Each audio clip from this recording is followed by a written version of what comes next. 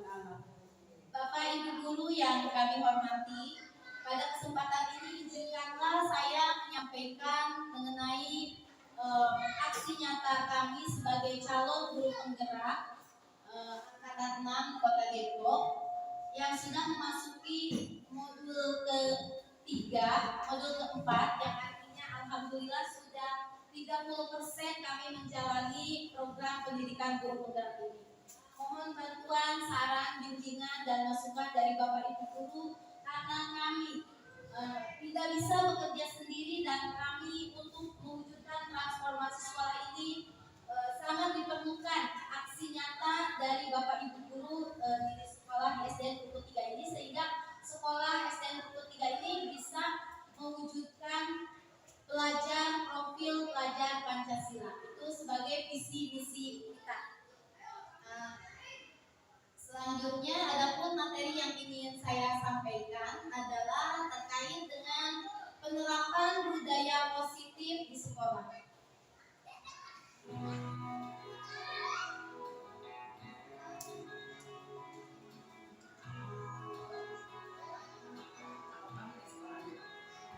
Ya, selamat datang Bapak Ibu guru. Maaf yang tidak ini di sini pada kemana ini kemarin ya? Saya ada ya.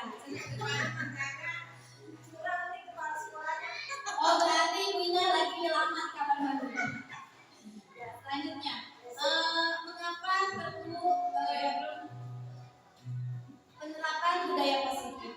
Sekolah merupakan institusi pembentukan karakter. Oleh karena itu, budaya positif perlu diciptakan agar dapat mendukung pembentukan karakter murid yang diharapkan.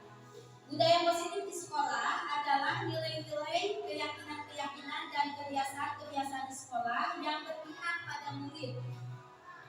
Murid dapat berkembang menjadi pribadi yang kritis, penuh hormat, dan bertanggung jawab.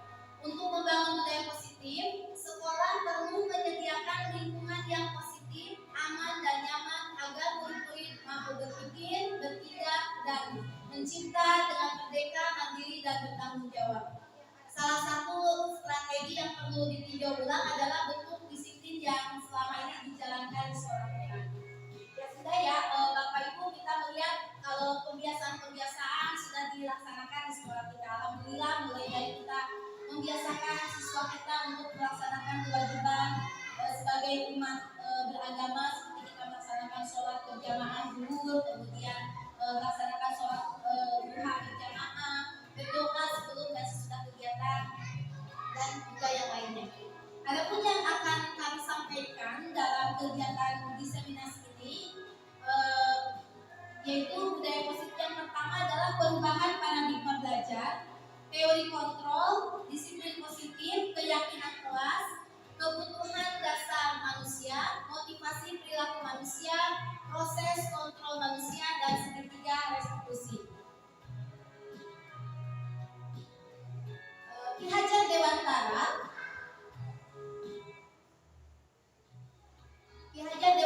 menyatakan untuk menciptakan murid yang merdeka, syarat utamanya adalah harus memiliki disiplin yang kuat. Disiplin yang dimaksud di sini adalah disiplin diri yang memiliki motivasi internal. Mengapa harus memiliki disiplin diri? Karena dengan memiliki disiplin diri dapat menggali potensi murid tersebut menuju sebuah tujuan dan dihargai juga sangat bermakna. Nah, dalam hal untuk menerapkan disiplin positif ini, jadi jangan sampai anak itu terpaksa atau merasa takut disiplin karena merasa takut oleh kita sebagai gurunya.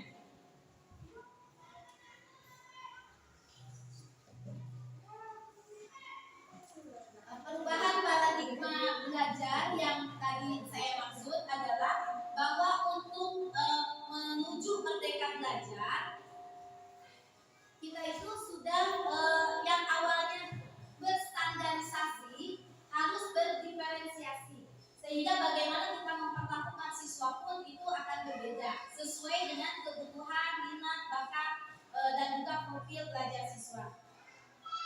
Kemudian yang perubahan paradigma antara stimulus respon dengan teori kontrol. Bapak Ibu mungkin bisa terbaca ya di sini.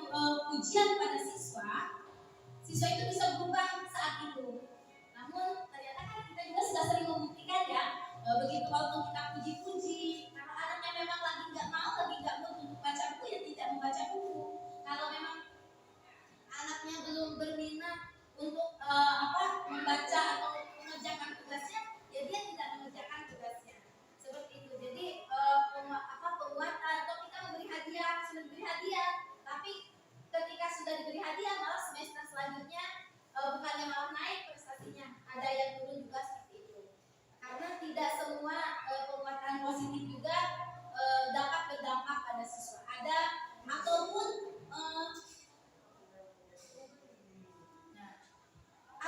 kita mengkritik siswa atau memarahi siswa atau mengomeli siswa.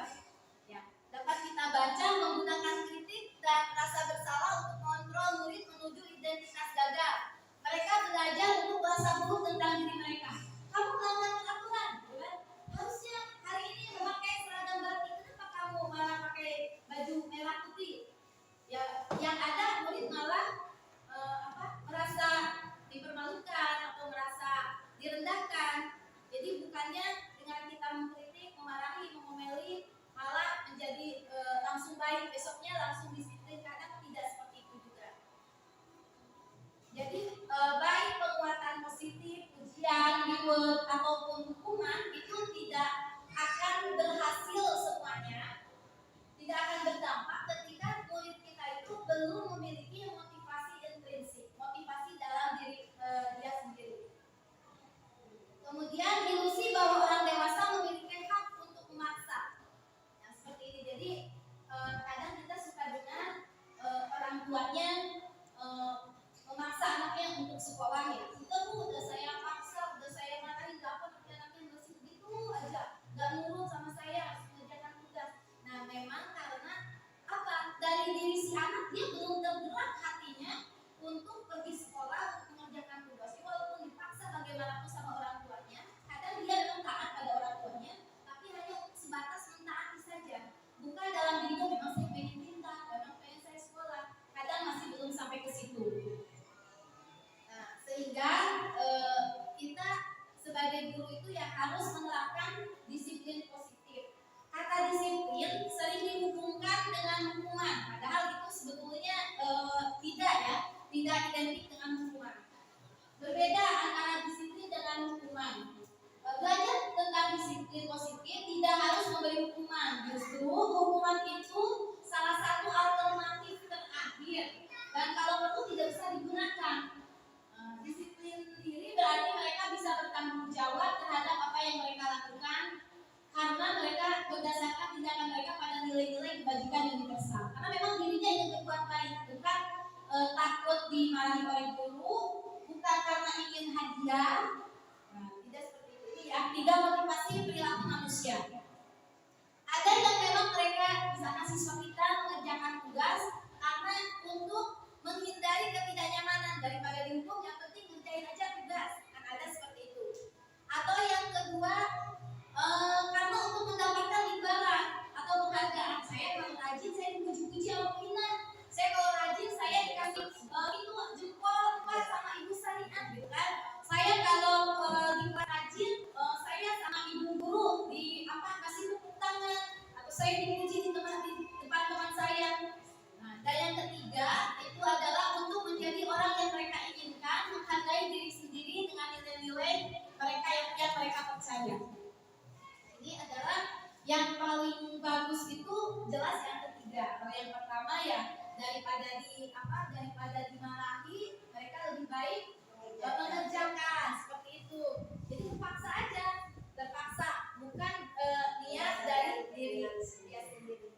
Atau yang kedua seperti sehingga yang kedua ini nih yang agak bagaimana ya, absurd. Kadang ada anak itu yang ingin karena dia ingin nilainya bagus sehingga dia juga mencontek. Ya, mungkin kita pernah ya Bapak Ibu guru. Jadi biar ingat kakaknya yang mengerjakan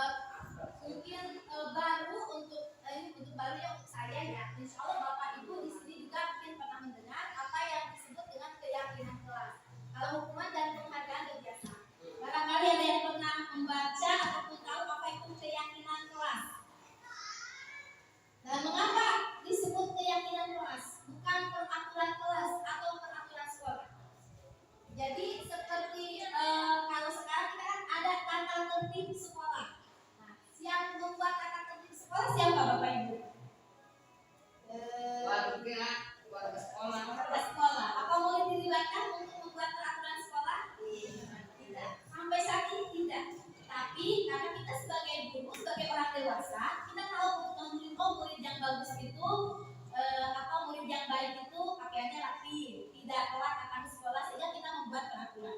Ya, untuk peraturan sekolah itu memang dibuat oleh stakeholder sekolah seperti ya kita guru ya, pendidik dan tenaga pendidikan. Namun salah satu hal untuk menanamkan keyakinan pada anak-anak bahwa disiplin itu memang dia perlukan, bahwa dia itu harus jujur, bahwa dia itu harus datang tepat waktu ataupun atau dia harus menghormati. Karena memang sampai saat ini juga kan ada waktu kita Bapak Ibu guru sedang menjelaskan masih ada anak-anak yang bercanda, masih ada anak-anak yang tidak memperhatikan. Karena apa? Karena di dalam diri mereka tidak ada rasa untuk menghargai. Nah, bagaimana cara kita menanamkan bahwa menghargai orang lain itu penting? Sebagai contoh, kenapa sih tidak peraturan saja? Kan peraturan lalu lintas misalkan harus memakai helm. Itu kan kalau lewat ke jalan Margonda gitu kan, atau itu kalau itu lewat ke jalan, kenapa sih kita harus mencuci tangan seperti itu?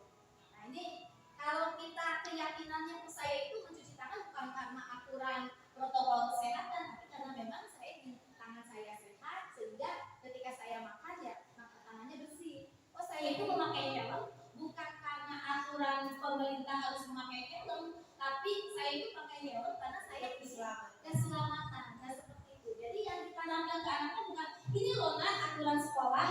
Nah, tidak seperti itu ternyata, tapi kita kembalikan ke anak bahwa kalau kamu disiplin, kalau kamu menghargai, kalau kamu bisa kasih sayang, kalau kamu bisa seperti tadi mungkin mencuci tangan, bahwa itu akan menjaga diri dia, bukan orang lain. Jadi motivasinya dari diri sendiri. Nah, inilah yang disebut dengan keyakinan. Jadi nilai-nilai keselamatan, kesehatan, kasih sayang seperti itu disebut keyakinan. Sifatnya universal. Jadi tidak membedakan agama, ras, suku, bangsa. Kan kalau peraturan sekolah mungkin sekolah kita dengan sekolah global aturannya mungkin beda. Seperti jam masuk kan beda ya. Nah, itu. Tapi kalau yang diterapkan ke anak itu tidak terlambatnya, bukan jam masuknya. Kalau jam masuk sekolah itu aja masuknya jam 10 gitu kan. Karena memang itu peraturan sekolahnya beda-beda. Tapi kalau ke anak kita diterapkan mengenai keyakinannya bahwa terlambat itu merugikan diri sendiri, maka peraturan sekolah seperti apapun masuk jam berapapun mereka pasti akan memahami. Mudah-mudahan. Nah, ini sebagai pendidik tujuan kita adalah menciptakan anak-anak yang memiliki disiplin diri sehingga mereka bisa berperilaku dengan mengacu pada nilai-nilai kebajikan universal dan memiliki motivasi intrinsik. Ya, bisa dilihat Ibu Sarina lagi menyambut para siswanya. Ibu kenapa tidak Ibu. Di sini kita lihat Ibu Robi sedang membimbing siswanya untuk berbaris. Dan anak-anak kita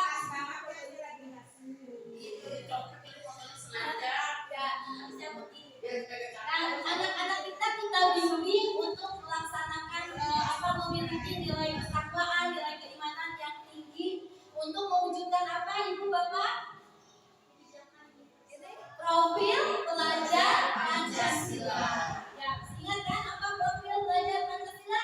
Ayo mari kita Pancasila beriman dan bertakwa pada Tuhan Yang Esa dan berakhlak mulia, berkebinekaan kobar, gotong royong mandiri, kreatif dan bernalar kritis. Yang betul sekali. Ya, anak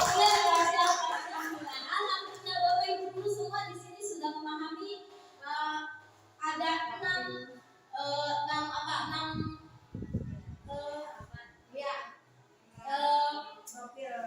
profil pelajar Pancasila, dan ini harus dimiliki oleh semua siswa kita. Mungkin saat ini memang belum ya, mungkin memang belum saat ini anak kita masih sholatnya juga masih begitu, belum bisa berdoa, belum bisa jujur, belum bisa kreatif. Yang kreatif baru guru-gurunya, alhamdulillah ya. Tapi harus gurunya dulu yang kreatif, baru insya Allah anak-anak kita akan diberi hidayah ya.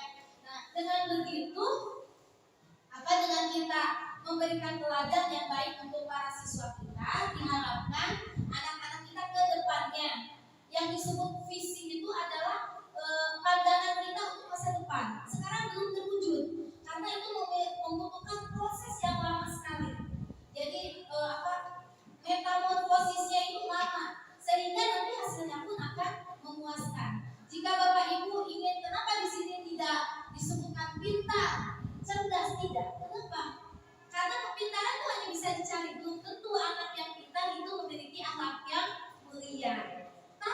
biasanya mereka yang beriman, bertakwa, berakhlak mulia, mereka itu pintar. Biasanya seperti itu. Selanjutnya, nah, kenapa ini disebut keyakinan kelas? Keyakinan kelas itu bersifat abstrak daripada peraturan yang lebih rinci dan konkret. Peraturan tadi saya disebutkan, misalkan aturannya adalah memakai seragam batik pada hari Kamis, atau aturan lain membuang sampah pada tempatnya. Nah, yang akan kita tanamkan pada anak kita adalah bukan hanya membuang sampah pada tempatnya, tapi kebersihan. Nah, dengan kebersihan tahu kalau ketika kita membuang sampah sembarangan, kebersihan jadi tidak terjaga. Jadi sifatnya lebih abstrak dan sifatnya lebih universal. Kemudian keyakinan kelas itu berupa pernyataan-pernyataan universal. Pernyataan keyakinan kelas nantiasa dibuat dalam bentuk positif. Jadi tidak ada kata tidak boleh membuang sampah pada tempatnya. Tidak boleh membuang sampah sembarangan. Tapi buanglah sampah pada tempatnya, misalkan seperti itu. Keyakinan kelas hendaknya tidak terlalu banyak sehingga mudah diingat dan dipahami oleh semua warga kelas. Keyakinan kelas sebaiknya sesuatu yang dapat diterapkan di lingkungan tersebut. Semua warga kelas hendaknya ikut berkontribusi dalam pembuatan keyakinan kelas lewat kegiatan curah pendapat dan bersedia meninjau kembali keyakinan kelas dari waktu ke waktu. Jadi ini baru saya praktekkan di kelas 6. Jadi sebulan lalu, 2 bulan yang lalu, ketika saya mulai mengikuti ini, jadi kita membuat bukan semacam aturan tapi kesepakatan kelas. Kalau belajar baiknya bagaimana? Kalau lagi diskusi baiknya bagaimana? Mengacungkan tangan atau mendengarkan teman yang sedang berbicara, memperhatikan guru. Dan itu jangan dari kita sebagai guru tapi siswa. Menurut kamu kelas yang baik itu yang bagaimana ya nak? Oh bu, yang kelasnya bersih. Oke, tulis kelas bersih. Jadi ketika mereka membuang sampah sembarangan, makan tidak teratur, nah itu peraturan kamu, itu kesepakatan kamu bahwa kelas kita harus bersih. Mereka lebih bertanggung jawab untuk menerapkan apa yang telah mereka ucapkan daripada kita yang membuat peraturan. Mungkin seperti itu. Nah ini contoh keyakinan kelas. Kalau di kelas 1 setiap anggota kelas perlu belajar. Jadi kita bisa kasih tahu, nah teman-teman ini lagi belajar. Kamu hendaknya bagaimana? Nah, seperti itu mungkin. Ke prakteknya, insya Allah bapak ibu guru di sini lebih memahami, lebih sudah mempraktekkan dan mungkin sudah lebih paham, sudah lebih mahir daripada saya dalam mengelola kelas. Keyakinan kelas antara kelas 1, kelas 2, kelas 3, sampai kelas 6 itu pasti beda-beda ya. Kalau kelas 1 kan mungkin keyakinan kelasnya supaya anak tidak berlari-lari di dalam kelas, maka buat lebih tertib di dalam kelas. Nah, praktek tertib itu mungkin bisa duduk pada saat ibu gurunya sedang menjelaskan. Tertib di kelas 1 mungkin berbeda pelaksanaannya dengan tertib di kelas 6 atau di sekolah di tingkatan yang lebih tinggi. Nah, kemudian yang kelima, bagian keempat dari penerapan budaya positif yaitu kebutuhan dasar manusia. Jadi di antara kita semua ini adalah kebutuhan pokok kita ini seperti ini. Yang pertama adalah kebutuhan bertahan hidup. Ya, kebutuhan bertahan hidup seperti papan, sandang, pangan, itu kan kebutuhan bertahan hidup kita ya. Yang kedua adalah cinta dan kasih sayang, kebutuhan untuk diterima. Yang ketiganya adalah kepuasan atau kebutuhan pengakuan atas kemampuan. Yang keempatnya kebebasan, yaitu kebutuhan akan pilihan. Yang kelima kesenangan, kebutuhan untuk merasa senang. Contohnya seperti ini ya, Bapak Ibu, kenapa satu orang anak atau kita melakukan ada anak kita yang melanggar atau anak kita kenapa sih kok kita kesankan badung gitu ya? Oh ini anak ini nakal sekali. Ternyata ketika kita mengobservasi, ketika kita wawancara sama anak, ketika kita bicara dari hati ke hati, oh ternyata anak itu dia melanggar aturan seperti ini itu karena ada salah satu kebutuhan dasarnya yang tidak terpenuhi. Biasanya seperti pada hal lain, yaitu dengan melanggar aturan sekolah atau dia bohong pada orang tua, kan bisa gitu ya. Kenapa sih anak bohong pada orang tua? Bu, saya harus beli buku sama buku harus makan kopi misalkan, minta duit 5.000.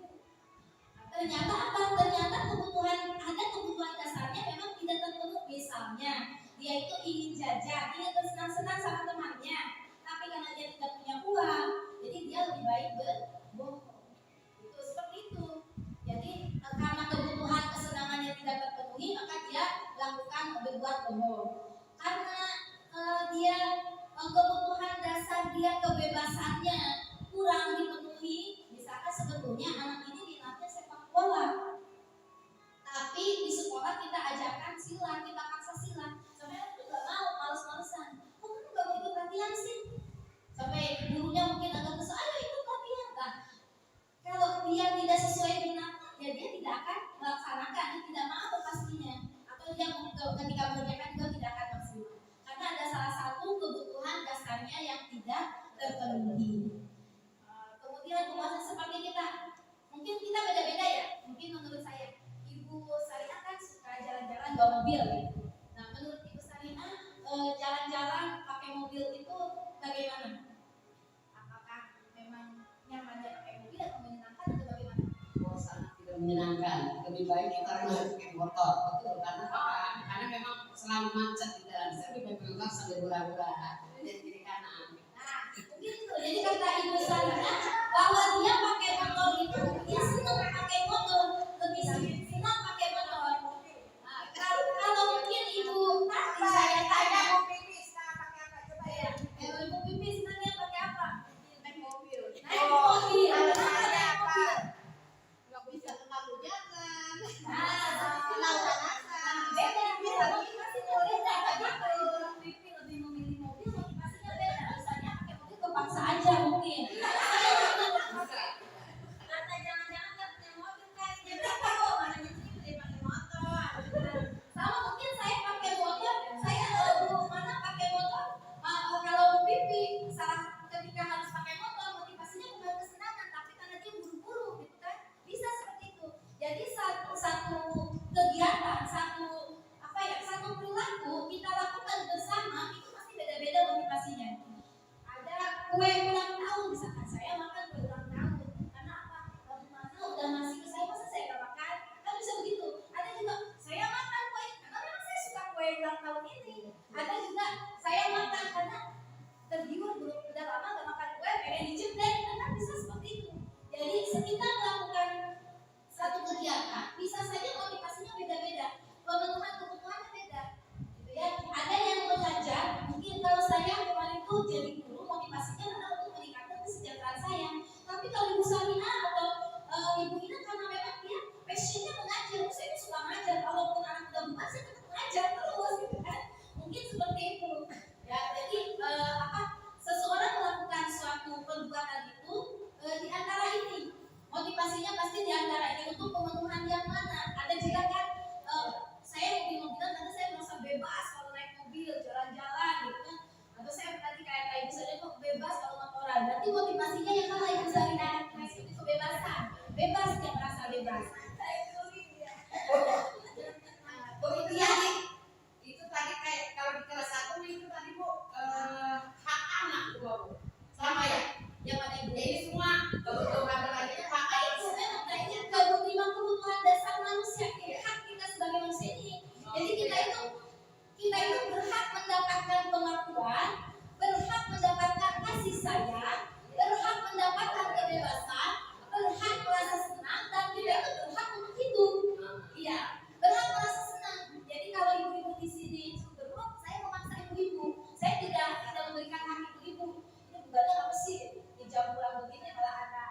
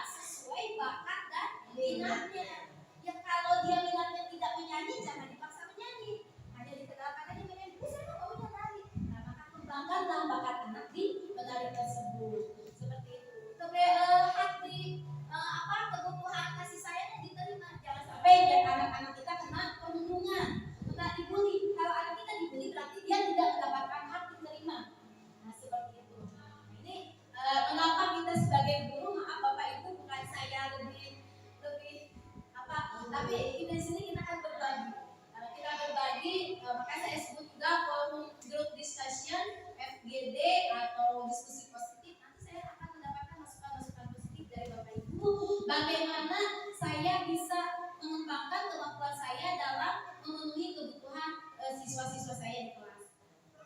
Seperti itu. Jadi anak harus merasa senang, kemudian anak kita juga itu ada pilih bebas menentukan pilihannya.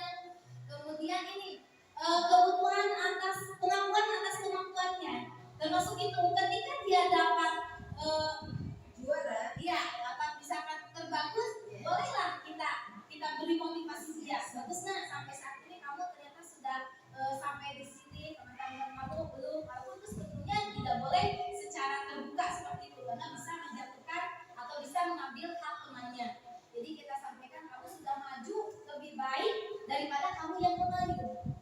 Nah, jadi bukan lebih baik dari teman-temannya, tapi kamu tuh udah lebih bagus daripada kamu yang kemarin. Jadi dia membandingkannya dengan diri dia awalnya. Waktu kamu ke sekolah kan kamu belum bisa baca, sekarang udah ibu ajar baca, kamu udah lebih bagus lagi.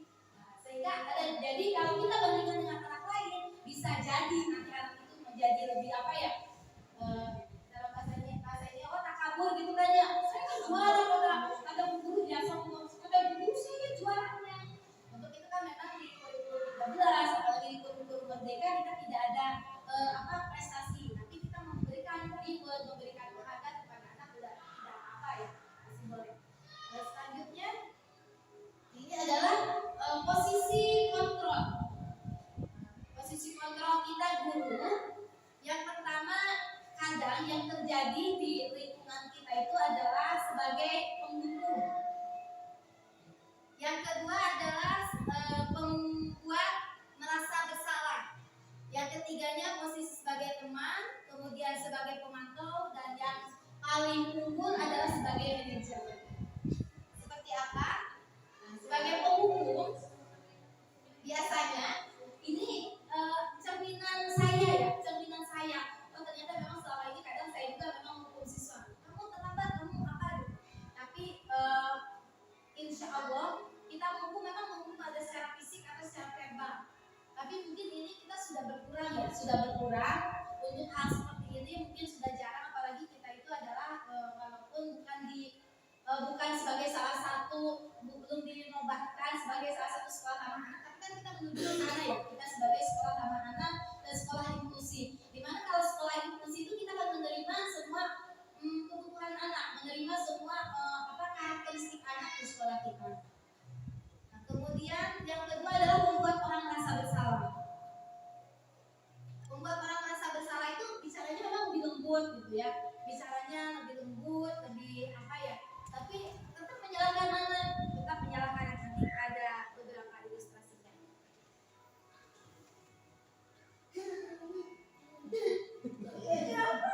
Ya, kamu nggak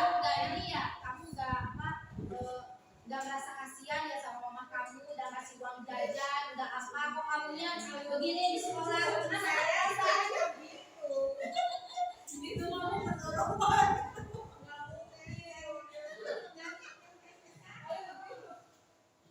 Kemudian sebagai teman, ya, kita sudah mempraktekkan bahwa peran guru ini sebagai teman, curhat sama anak, ngobrol sama anak, ngomong sama anak, gitu ya, kehujan.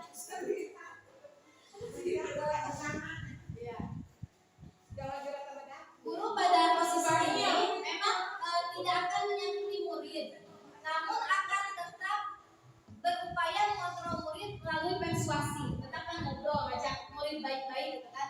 Posisi teman pada guru bisa negatif, bisa juga positif. Positif di sini berupa hubungan baik yang terjalin antara guru dan murid. Guru di posisi teman menggunakan hubungan baik dan humor untuk mempengaruhi seseorang.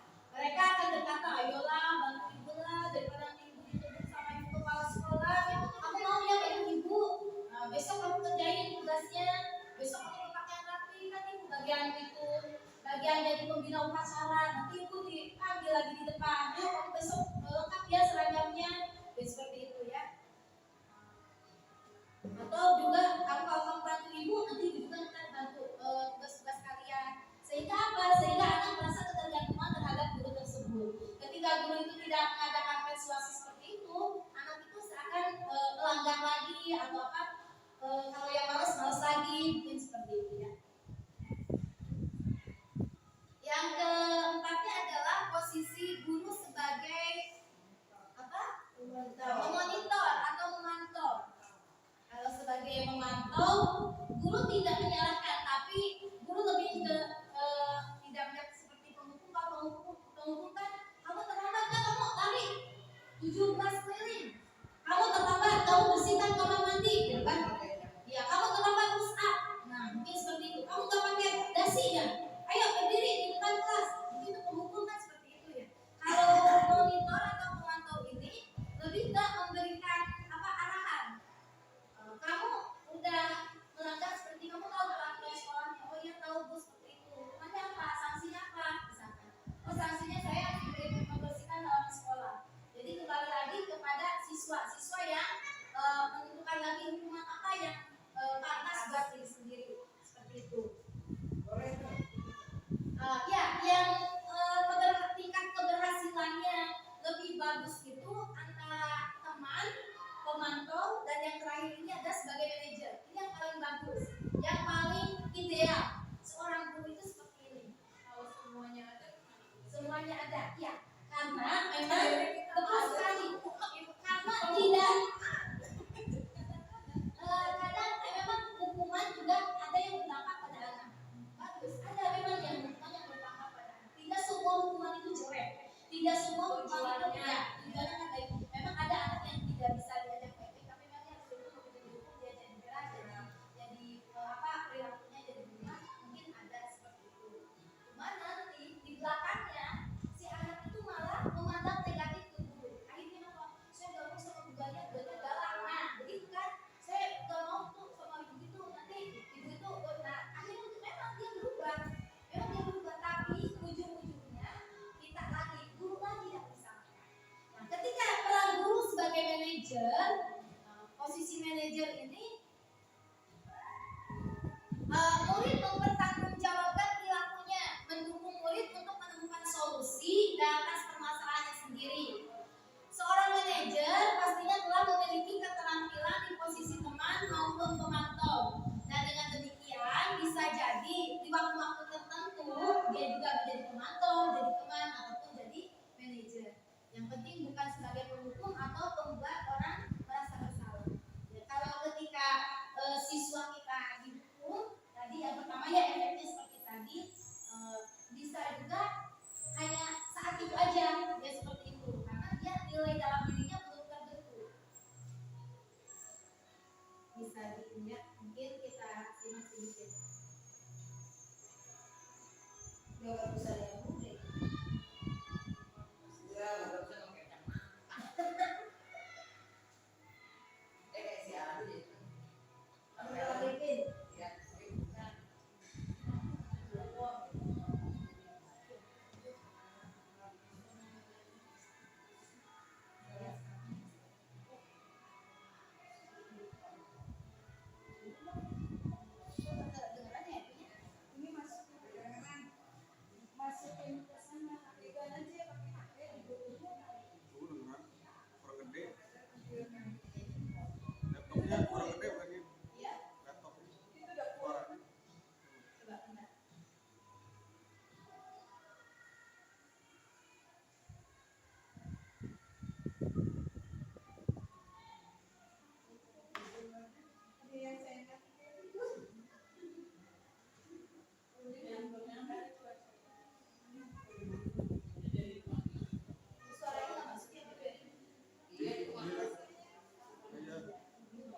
Guru hebat dalam penerapan disiplin positif restitusi. Salah satu program yang diterapkan adalah 5 posisi kontrol. 5 posisi kontrol dalam restitusi adalah proses perjalanan seorang pendidik agar dapat mengenali dirinya. Pada video kali ini kita akan membahas tentang 5 posisi kontrol yang dikembangkan oleh Diane Dawson dan contoh penerapannya.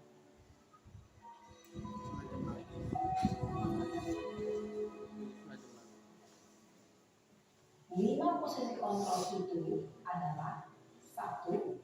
Posisi penghukum, 2. Posisi pembuat merasa bersalah, 3. Posisi teman.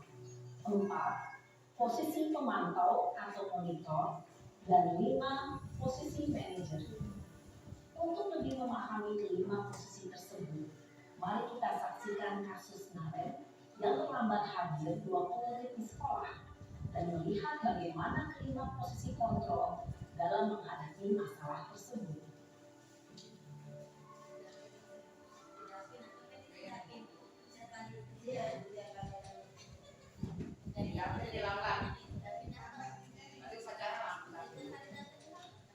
Bu, yang ngomel Bu Salina mau pindah. Naren, Bu Salina nih. Sini kamu. Bu Salina nih ceritanya kayak gini. Kamu Bu Ina. kamu terlambat. Bu Ina. Kamu deh, pasti terlambat. Aku saya Apa coba? Alasan apa kau ini? Apa sih kamu tidak terlambat? Malas sekali ya kamu jadi anak. saya Dasar pemalas. Gak kapok-kapok sih kamu. Sudah berapa kali terlambat? Sana, kamu keliling lapangan basket 2 kali. kenapa saya harus ke lapangan basket, Bu? Kenapa? Kamu melawan ibu. Berani-beraninya jawab. Sudah terlambat, masih berani jawab pula. Sekarang, keliling lapangan basket 5 kali sekalian. Biar kamu. Cepat. Pergi sana ke lapangan basket. Posisi penghukum biasanya berbicara dengan nada tinggi, menghardik, menunjuk-nunjuk, menyakiti, dan menyindir. Hukuman bisa berupa fisik maupun psikis. Ibu dan bapak guru hebat. Dampak yang terjadi pada murid ketika guru berada pada posisi penghukum adalah murid cenderung akan memberontak, bahkan menyimpan dendam.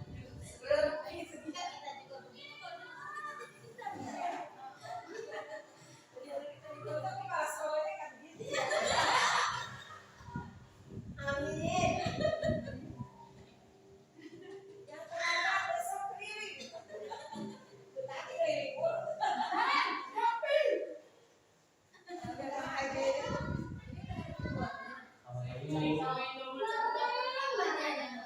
Kamu kenapa terlambat lagi, nak? Kamu senang ya bikin ibu susah ya? Kalau kamu terlambat lagi, nanti ibu yang ditegur bapak kepala sekolah, nak. Disangka ibu tidak bisa membina kamu. Duh, gimana ini? Maaf, Bu. Duh, Gusti Naren. Kamu suka ya kalau ibu ditegur bapak kepala sekolah? Terus, sekarang ibu harus tulis apa yang di buku absen? Ini kamu sudah sering terlambat loh. Ibu harus apa coba? Maaf, Bu. Maaf sekali. Ya sudah, lain kali jangan bikin ibu susah lagi ya nak ya. Ibu tidak akan kuat lagi kalau kamu gini terus. Bisa jatuh lagi kalau ibu ditegur bapak kepala sekolah. Sana cepat kelas. Maaf ya, Bu. Maaf sekali. Posisi membuat rasa bersalah berbicara dengan nada tenang, cenderung lembut. Namun kata-kata yang diutarakan membuat murid merasa menjadi orang yang gagal, memandang buruk dirinya sendiri, merasa tidak berharga, dan tidak sanggup membahagiakan orang lain. Ketika guru mengambil posisi pembuat rasa bersalah, murid akan menganggap dirinya yang bersalah dan ia akan menyimpan emosi negatif tersebut di dalam dirinya.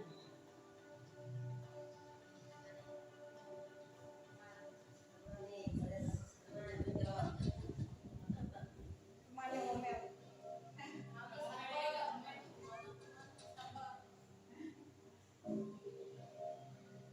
Naren,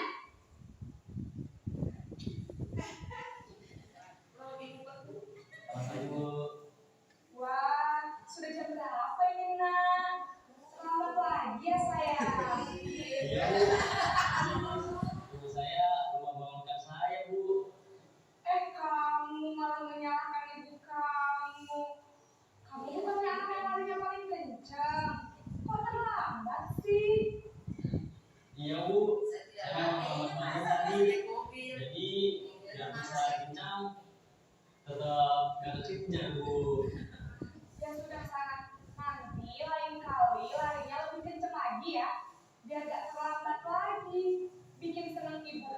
demi ibu.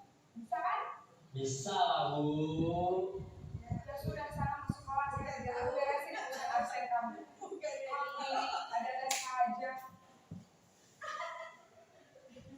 Dalam kelas teman, guru berbicara dengan nada suara ramah, akrab, cenderung bersenda gurau untuk menjaga suasana tetap santai. Murid akan merasa senang, aman, dan akrab dengan guru. Identitas yang tercipta adalah identitas sukses atau berhasil. Ini ingat, kalau bisnis mau ekspor, maka ada faktor ketergantungan dari murid kepada orang tertentu. Di sini guru absennya, sehingga di lain waktu murid bisa berperilaku baik, namun hanya kepada orang-orang tertentu saja.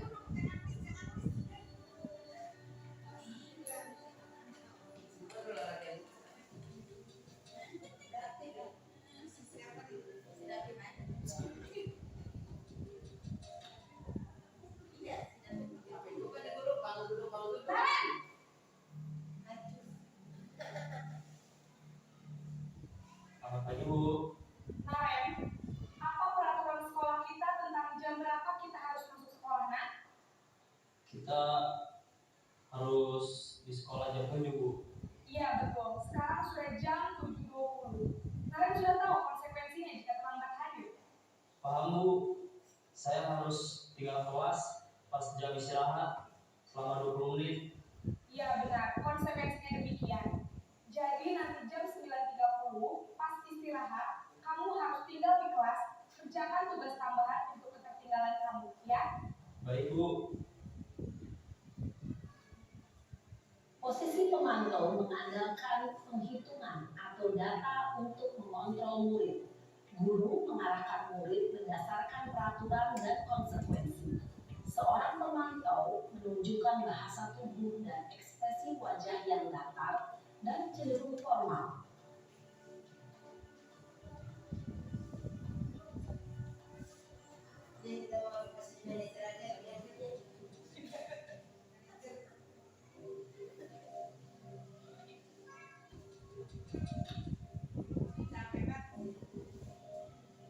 Naren!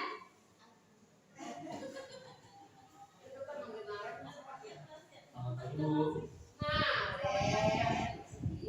Maaf Bu. Saya terlambat.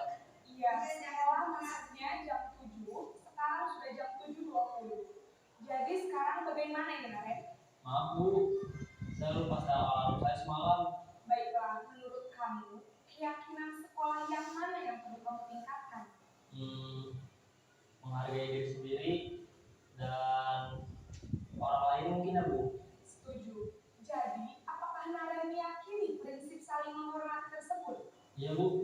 Saya meyakininya. Apakah Naren bersedia memperbaiki masalah keterlambatan ini? Bersedia Bu. Bagaimana kamu akan memperbaiki masalah keterlambatan ini?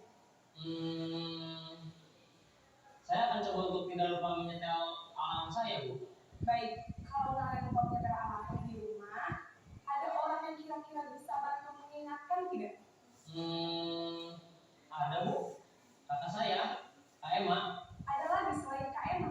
Selain Kak Emma, ada ibu saya. Baik, jadi yang mengingatkan Naren adalah Kak Emma dan ibu kamu ya. Kira-kira akan mulai start alarm kapan nih, Naren? Setelah pulang sekolah, akan segera saya lakukan. Baik, jadi Naren akan setel alarm untuk dibangun besok pagi dan akan diingatkan oleh kakak dan ibunda Naren ya. Ada lagi yang mungkin perlu dilakukan Naren agar tidak terlambat bangun lagi. Tidak ada Bu. Baik Naren, terima kasih untuk kerjasama kamu. Sekarang kamu boleh kembali ke kelas 10 lagi. Baik Bu, terima kasih. Posisi manajer adalah posisi kontrol yang disarankan untuk membimbing murid memiliki sikap disiplin yang positif, yaitu murid yang mandiri, bertanggung jawab, dan dapat memecahkan masalah. Tujuan dari posisi ini adalah agar murid dapat berefleksi atas tindakannya.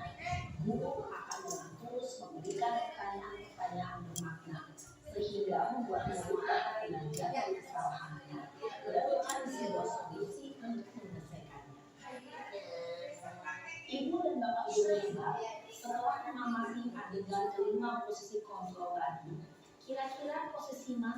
paling ideal? Posisi mana yang dapat menunjang motivasi intrinsik murid? Ya, tentu posisi manajer. Posisi ini memang posisi ideal yang ingin dituju setiap pendidik.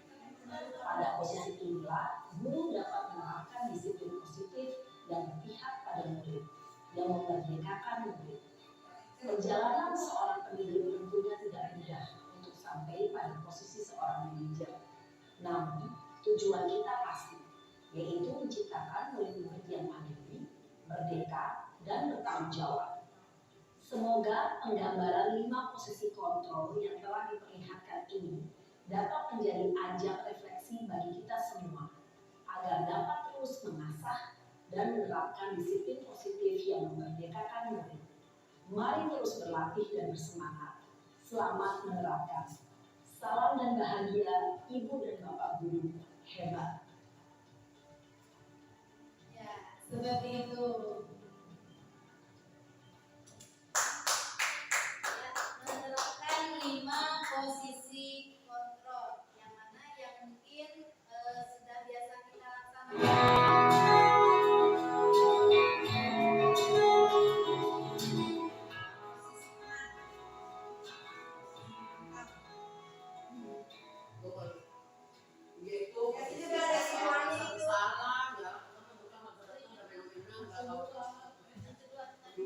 Ya, mari kita berefleksi, mudah-mudahan ke depannya karena memang untuk menjadi yang ideal, menjadi manajer itu memang agak sulit ya.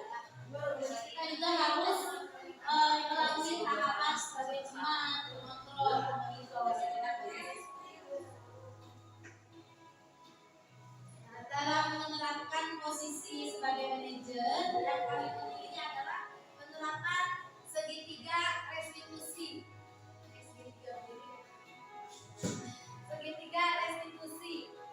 Segitiga restitusi itu yaitu yang pertama adalah menstabilkan identitas, kemudian validasi tindakan yang salah, menanyakan keyakinan. Jadi pertama adalah menstabilkan identitas. Sudah tahu kita ya, anak kita salah, tapi kita tenangkan dulu atau kita netralkan dulu. Ketika dia sudah netral, baru kita tanyakan apakah betul perbuatannya itu, apakah betul dia seperti itu. Nah, kalau pastikan dia mengaku salah gitu. Karena masih ada anak yang kalaupun sudah salah dia tetap tidak mengaku salah. Jadi kita buat dulu kalau memang dia berbuat salah, dia mengakui kesalahannya, baru kita menanyakan keyakinannya. Apa yang saya lihat dulu ya? Lebih dulu dan kita ya tanpa memberikan kesempatan kepada siswa itu, kenapa dia terlambat? Jadi di sini yang yang pertama menghukum. Oh iya, itu menghukum itu memang tidak disarankan. Kita memegang posisi sebagai penghukum itu tidak disarankan. Karena di tingkat keberhasilannya pun hanya sedikit. Ketika kita berhasil menghukum anak, tapi yang ada apa dampaknya? Anak menjadi mendendam. Ya contohnya aja ketika kita dihukum ya, dulu jadi kesel kan memberinya seperti itu. Jadi memang tidak disarankan. Jadi bisa menjawab. Iya, memang itu tidak disarankan. Makanya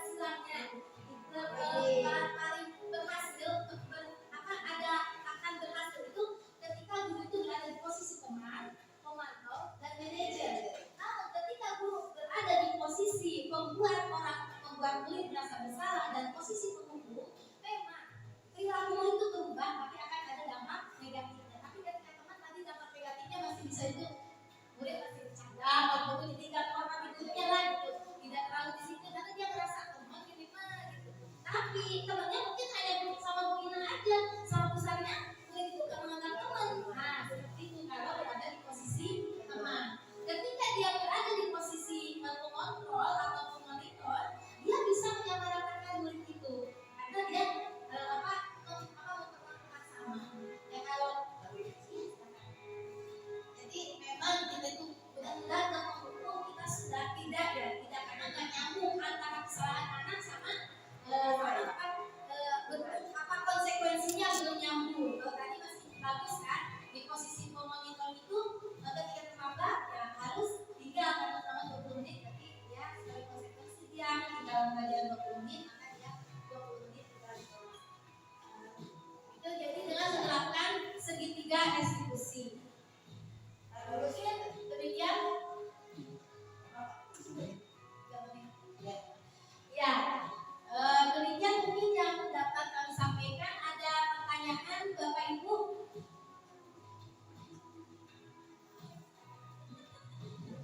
Ya, ada pertanyaan Bu Bapak? Ya, silakan Ibu. Terima kasih. Assalamualaikum warahmatullahi wabarakatuh. Terima kasih atas kesempatan yang diberikan kepada saya. Saya mungkin ingin bertanya tentang ini.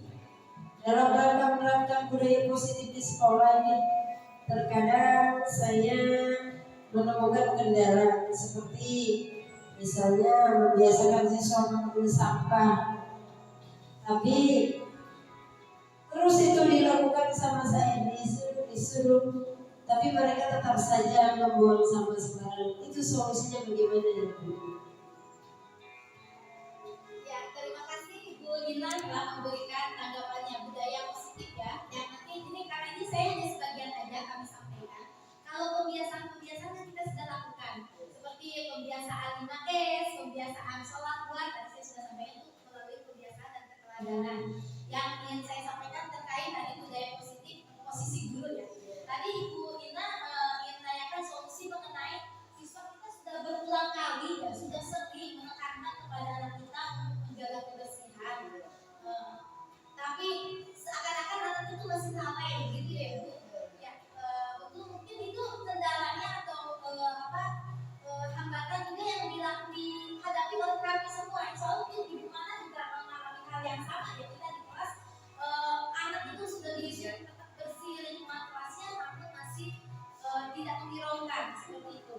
Karena memang kan tadi kita juga pahami bahwa untuk menerapkan suatu kebaikan itu pastinya tidak butuh waktu atau membutuhkan waktu yang lama sekali. Menjadi kebiasaan itu butuh waktu yang lama sekali dan butuh konsistensi. Butuh konsistensi. Mungkin nanti ada masukan dari Ibu Rofi, kira-kira seperti apa solusinya tadi Bu? Atau Ibu tadi silakan. Untuk menghadapi bagaimana kita supaya anak-anak lebih menyadari kebersihan, supaya kelas bisa bersih. Bisa bagaimana bisa memberikan pendapatnya? Terima kasih. Mungkin saya hanya menambahkan saja dari tadi yang sudah disampaikan. Kebiasaan itu mungkin kita terapkan dari rumah, terutama dari diri sendiri, terus lingkungan rumah dan lingkungan sekolah. Kebiasaan itu seperti membiasakan diri untuk bersih diri sendiri, buang sampah, kebiasaan ya. Mungkin hanya kebiasaan dari menerapkan dari diri sendiri, lingkungan rumah dan lingkungan sekolah sampai lingkungan kelas. Itu saja banyak kebiasaan kemudian. Nah, kalau terbiasa kemudian dia bisa memberikan contoh kepada teman-teman yang lain. Terima kasih Ibu Mana, terima kasih. Jadi betul sekali yang kebiasaan dan keteladanan guru dan juga kolaborasi kita kerjasama seluruh warga sekolah. Jadi tidak hanya Ibu Mina yang menerapkan peraturan itu, maksud saya menunggu siswa atau apa, tapi semua dari kita, semua warga sekolah, semua orang dewasa harus kerjasama. Dan juga mungkin nanti bisa dibuat seperti tadi keyakinan kelas, kesepakatan kelas. Jadi kalau kamu membuang sampah, berarti ya kamu yang harus bersihkan.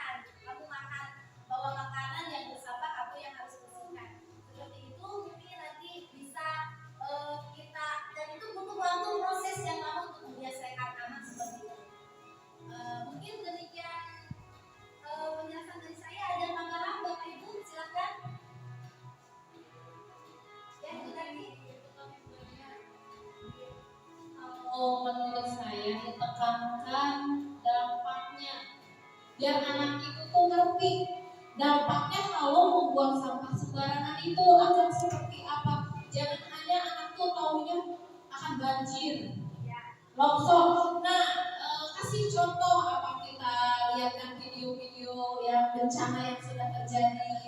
Nah, mungkin dengan biasanya anak-anak itu dengan melihat langsung semakin nempel kali.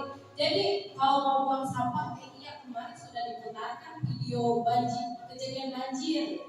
Nah, kalau aku buang sampah sembarangan, gimana kalau aku sampai banjir? Lihat keadaan di pengungsian itu seperti apa, mereka yang terkena penyakit kulit. Nah, mungkin dengan anak melihat langsung dampak dari apa yang mereka lakukan akan membuat mengingat di memorinya itu lebih kuat daripada hanya kita yang ngomong nanti itu tuh perbuatan tidak baik, membuang sampah sembarangan akan banjir, longsor. Tapi mereka kalau tidak melihat langsung kejadiannya, nah sama aja. Jadi ya udah biasa aja. Nah itu tidak ada efek jerahnya gitu. Mungkin itu. Ya, terima kasih ya. Masukannya bagus sekali ya, betul kan? Saya waktu pertama menerapkan kenapa anak harus membawa tumbler, membawa itu tempat makan di atas itu, saya itu tidak mewajibkan mereka tiket, terserah. Jadi selama 3 hari hasil sampah mereka jajan saya biarkan. Saya bilang nyaman ya belajar di kelas begini, tapi aku sampah kotor. Menurut kamu gimana? Aku tuh tempat sampah penuh terus. Menurut kamu gimana baiknya? Alhamdulillah sekarang walaupun masih ada sampah, tapi sudah berkurang sedikitnya. Mudah-mudahan itu bisa terbawa sehingga program saya di kelas itu one day no trash itu dan program sekolah kita bisa ambil sampah